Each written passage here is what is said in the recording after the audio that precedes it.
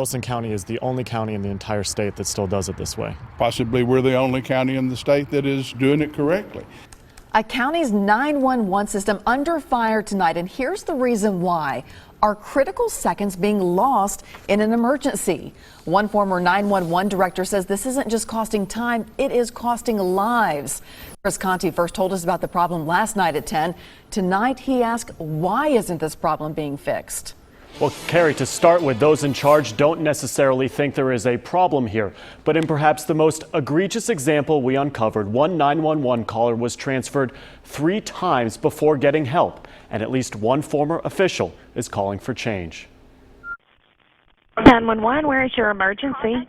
They say every second counts. Man, we get swerving all over this road. But in Wilson County, precious seconds are being lost every time someone calls 911. They keep just transferring me. Highway 231. This call came in from Highway 231 last year. The woman was calling to report a van driving erratically. Okay, hold on just a second. 911, this needs to go to Wilson County.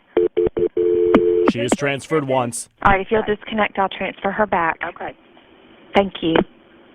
Catherine, I'm so sorry. Stay on the line, please. Then twice. I've been transferred like 3 or 4 times, and I'm just worried about the people on the road from this guy. And finally, a third time. It took 4 minutes and 5 seconds for her to finally get a dispatcher who could help. And then we transfer you over, and then you start your story all over again. Until last month, J.R. Kelly was the director for Wilson County 911.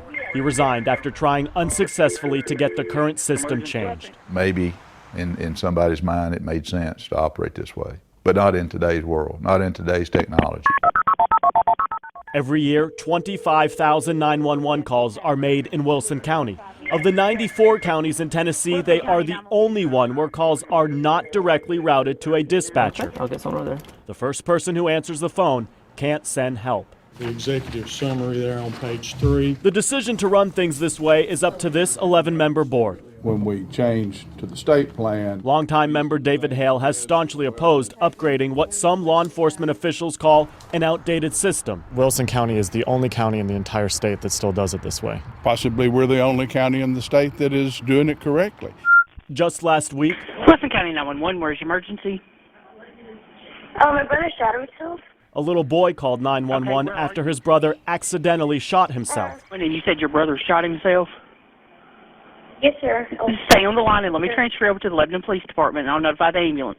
He was forced to repeat his entire story over My brother shot himself. after waiting 40 seconds to be transferred to Lebanon Police. Hello? You there?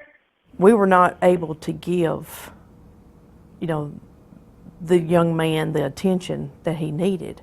Karen Moore is interim director. She admits problems with that call, but doesn't think routing calls directly to police or fire agencies will fix things. You can say the system doesn't work, but I'm telling you, call routing is not it. Hello?